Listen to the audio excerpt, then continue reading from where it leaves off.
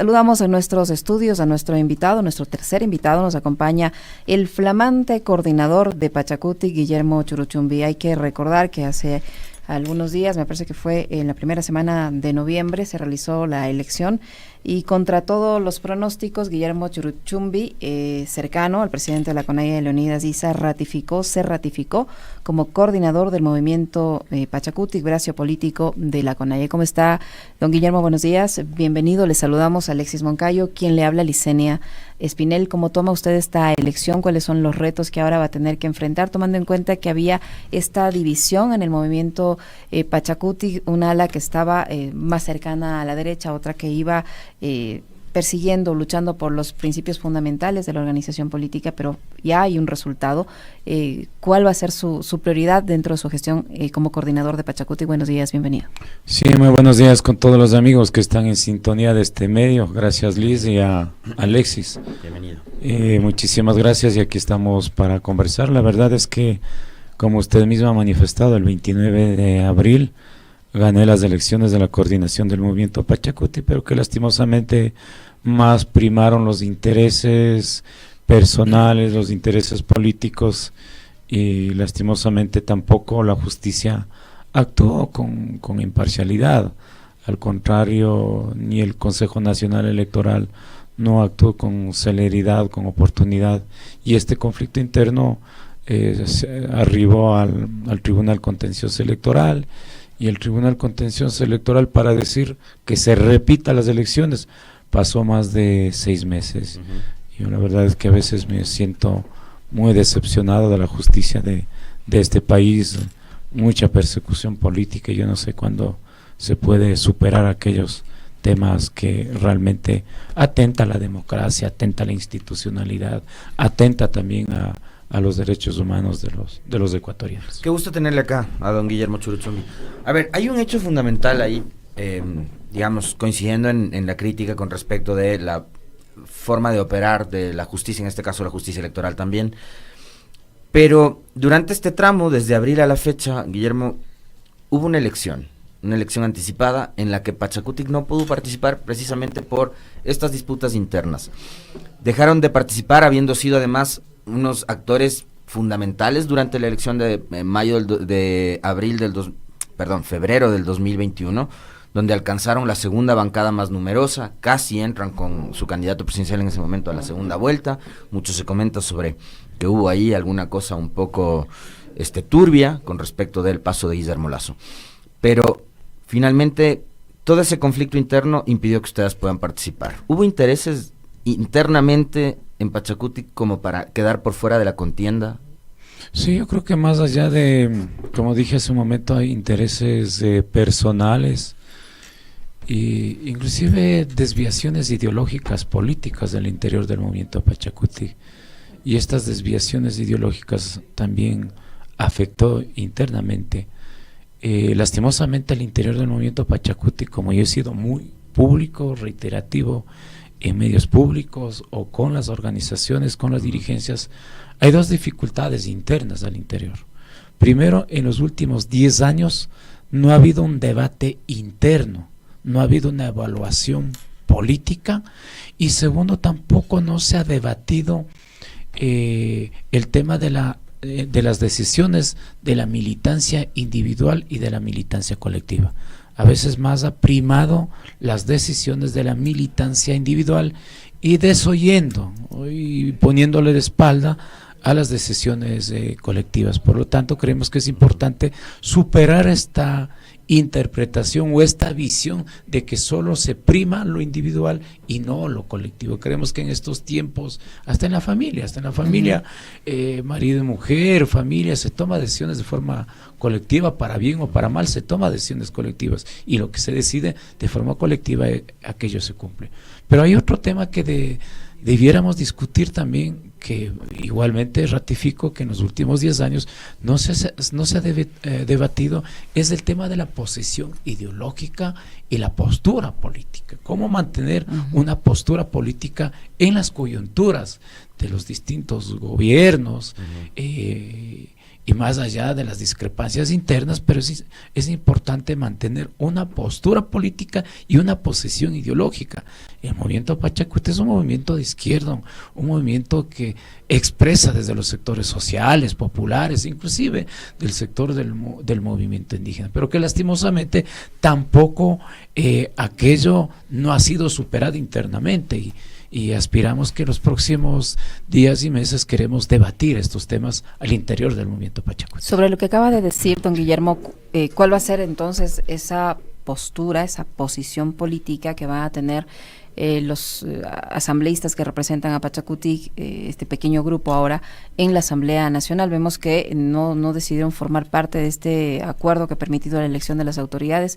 ¿Cómo van a actuar de ahí en adelante? ¿Se van a quedar relegados de todas las cosas que ocurran en la Asamblea, o cuál va a ser el accionar? No, más bien estamos participando de manera unitaria, son 5 asambleístas, hemos mantenido una reunión de trabajo, inclusive hemos reflexionado, hemos identificado qué problemas tuvimos con la asamblea anterior. Usted sabe que hubo una fragmentación, una dispersión al interior del movimiento Pachacuti, precisamente porque no tuvieron postura o posiciones ideológicas a la altura de aquellos tiempos, y algunos terminaron aliando, defendiendo a un gobierno neoliberal, a un gobierno de derecha, a un gobierno que realmente ha atentado contra los derechos de la naturaleza, contra los niños.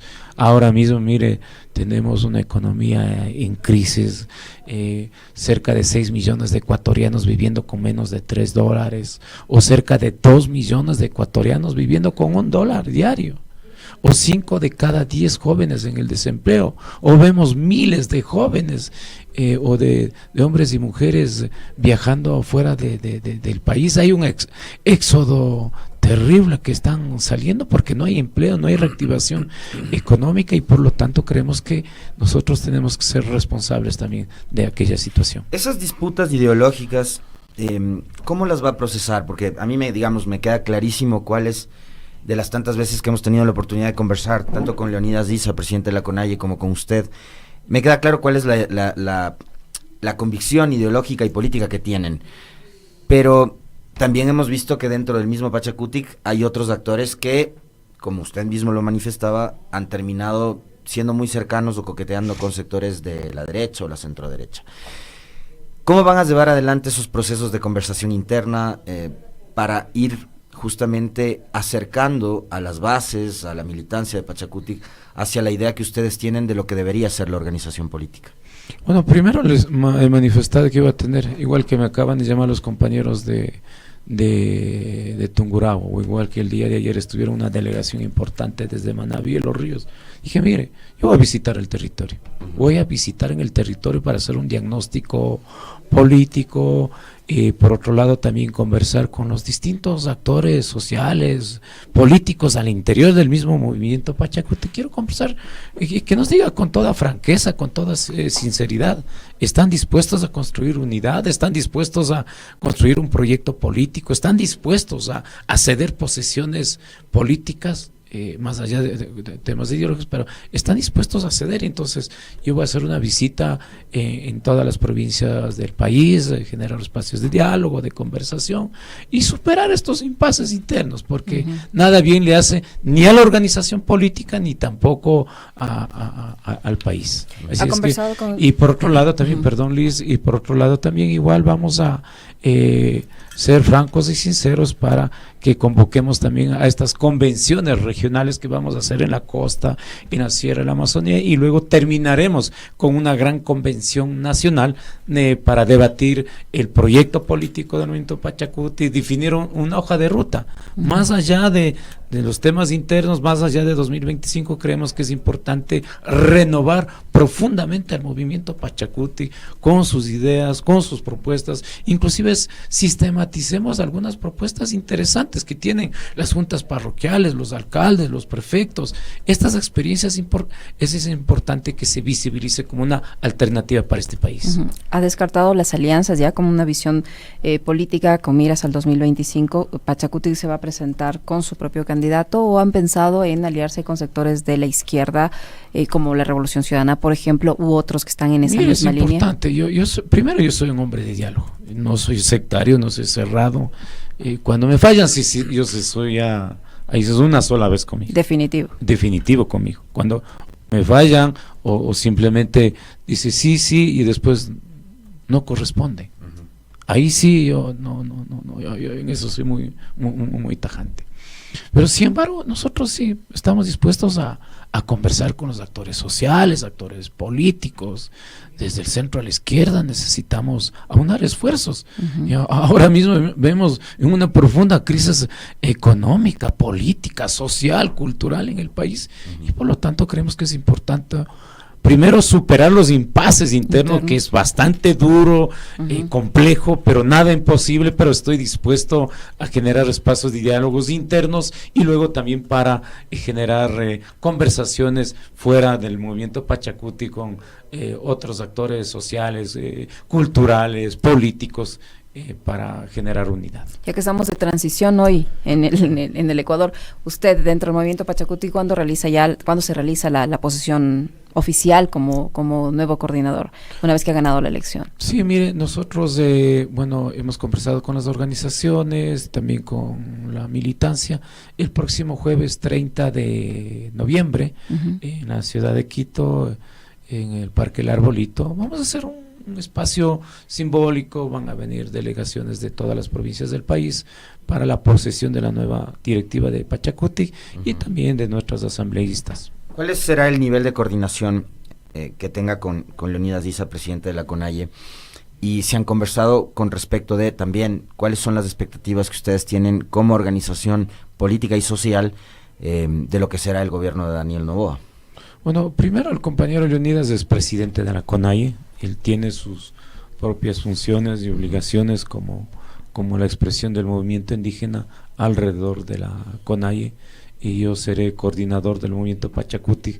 Me toca gestionar, caminar, hablar sobre la gestión pública, sobre la participación, sobre el buen gobierno de las juntas parroquiales, de los alcaldes, de los prefectos, de los asambleístas.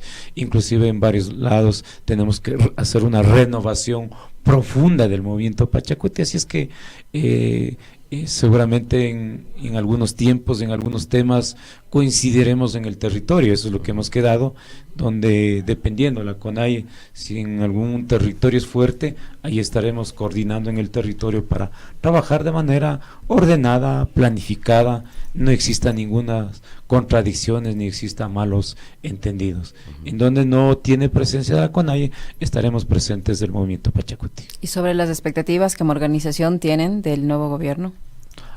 Bueno, primero vivimos en democracia.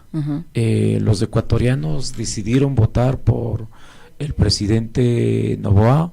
Felicitaciones, deseándole éxitos, pero también decirle que cumpla con su programa de gobierno, con su oferta de campaña, desde el movimiento Pachacuti, en temas positivos, que apoye y garantice la seguridad social, garantice y priorice la inversión en educación, en salud. Nosotros estaremos apoyando desde la bancada del movimiento Pachacuti en los temas que, por ejemplo, que afecten a los bolsillos de los ecuatorianos, o el tema de la privatización. Ahí el pueblo ecuatoriano sabrá responder, demandarán, pedirán, y ahí nosotros como movimiento Pachacuti estaremos del lado del pueblo. Y en este caso, digamos, queremos un movimiento Pachacuti renovado, escuchando a las bases, conversando con las bases, caminando junto con las bases, caminando con las organizaciones, y ahí nos encontrarán.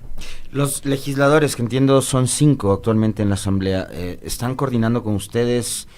¿Habla permanentemente con ellos o están actuando por cuerda separada? No, nosotros estamos en conversación, hemos tenido varias reuniones con nuestros asambleístas, inclusive tenemos una agenda legislativa que para nosotros es muy importante, contar con una agenda legislativa, pensando en bienestar de nuestro país. No puede ser posible de 5 cada 10 jóvenes estén en el desempleo, o por ejemplo hay un problema serio que que en el último año más de 100.000 jóvenes no lograron ingresar a las universidades.